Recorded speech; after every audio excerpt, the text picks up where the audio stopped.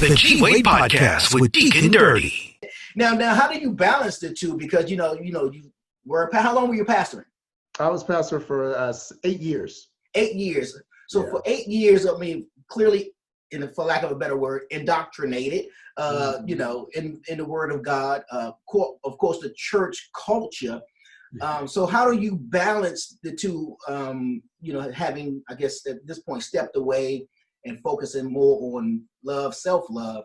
Do you merge in the Christianity side of things, the love of Christ side of things?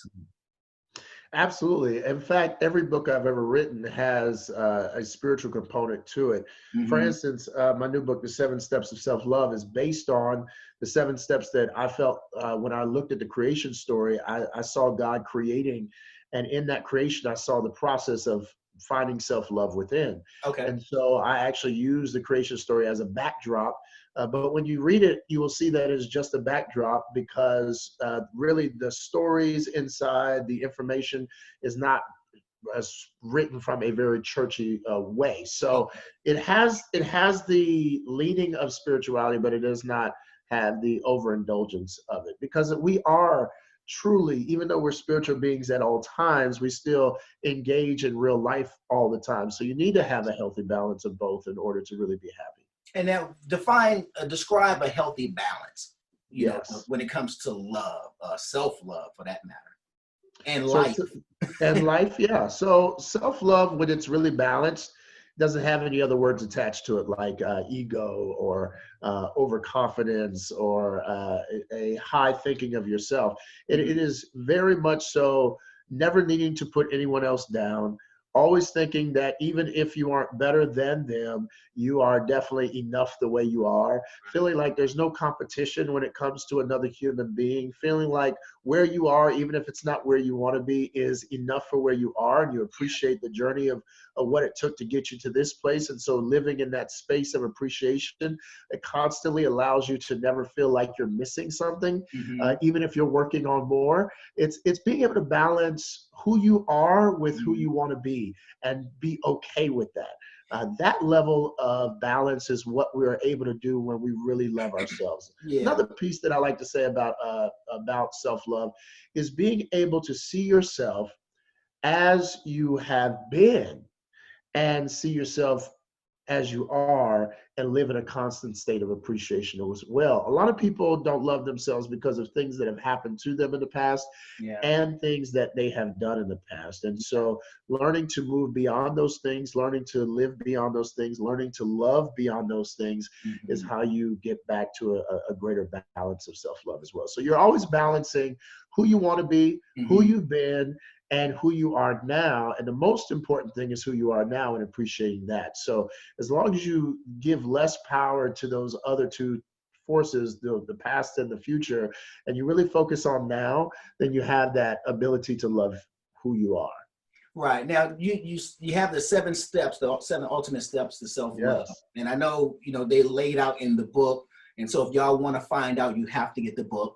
But, how just, on a practical, from a practical standpoint, how does one discover self-love? Like you mentioned, from things you may have done, things you may have done to people, may have been done to you, and now you're walking around maybe with guilt and shame, I guess.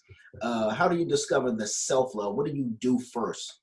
So the first step in the 7 steps, and they are in sequence, is acceptance. So using, again, the backdrop of the creation story, first thing God did when God stepped on the scene was see that there was darkness. Right. Now, the acceptance of that is found in God not complaining. We never get any kind of message that God was disgruntled, that God was upset, that God was mad at the situation, that why is this darkness here? Why has darkness been here so long? What did I do to deserve the darkness here in this? No, none of that. Right. It was acceptance that darkness was there. In fact, it was a surveying of the darkness. God did an assessment of that darkness in order to accept the darkness. And so by being able to accept the darkness, now you can move to the next step. To learn to accept something as it is, you don't have the power to speak into what you want. And so that is why acceptance is so powerful. In fact, I say that acceptance is the birthplace of creation. Everything is created through the acceptance of what is missing. So there is no baby born that is not born in darkness. Right. There is no poem or song or book that is ever written that is not born with a blank page. Everything is created from a place of darkness or void or emptiness. And in order to birth anything out of it, you got to accept what it is. So that means that, you know, I don't know how, if it falls into it. So let's say, you know, we're talking, if there was a rape, there's some kind of trauma in that regard, or even just being in a marriage that was abusive, you know, is that the accepting of these things? Or how do you, because I imagine you have to get some kind of healing from those traumas before there's the acceptance, or is the acceptance that it happened and then move out? Yes, absolutely. And all of those traumatic experiences, I am myself a victim of abuse, and learning to accept what has happened, learning through acceptance, forgiveness for what has not been. It also encompasses a setting of expectations, being able to say, this is what I expected from life, and this is what I got, right? Right. And so being able to come to terms with the reality of that is what allows you, even in traumatic and through traumatic experiences, to be able to find the first step to healing. You will never heal what you refuse to open up and process. I often say that a heart that is closed cannot heal. And a lot of people operate from closed hearts and closed minds. They closed off the past to a place where they don't want any healing at all. They would rather just tuck it away.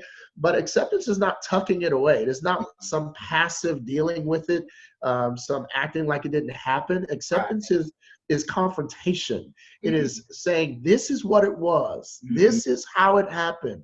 And this is what it made me feel. And with all of that, then you can start processing, but this is who I am, and this is who I became, and this is not why it had to happen, but now that it's happened, this is why I am the way I am. And there you can begin to build from that place. A lot of people aren't building from it. They just tuck it to the side. And if you tuck it from the side, you're missing a great component of growth and development of who you actually are. Yeah, you know, and I've always said, I've been saying it for years now, and I would always just say it this way: it's going to come out somewhere.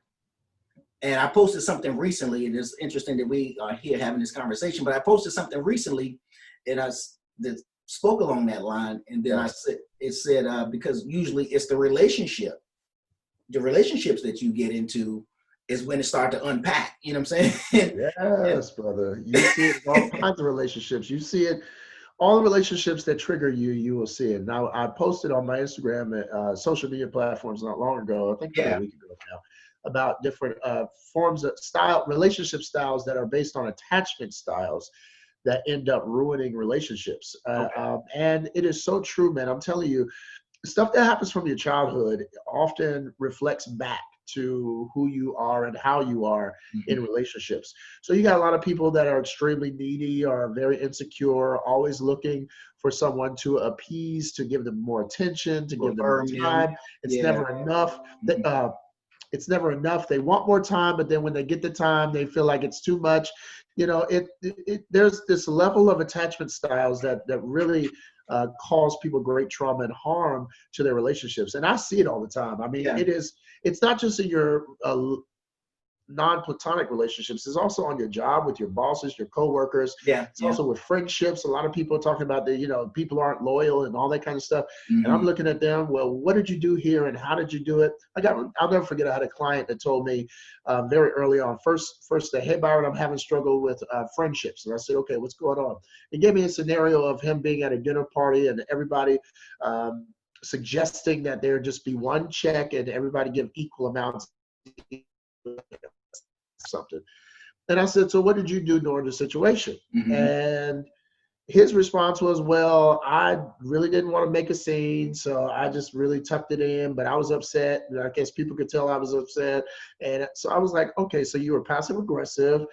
You were displaying it on your face, but now you're upset with your friend who saw that you were upset, but you didn't say anything. Instead of pulling your friend aside, having a different conversation, you didn't do any of that. So now your friend is supposed to read through osmosis that you upset, and so he needs to pull you aside on his birthday, have a talk with you about what, So his issue when he realizes that he had an attachment style that wasn't healthy and that it caused him not to deal with things head on. He was afraid of confrontation. He was afraid of rocking the boat. He was afraid of speaking his mind and speaking his piece. He didn't know how to set healthy boundaries.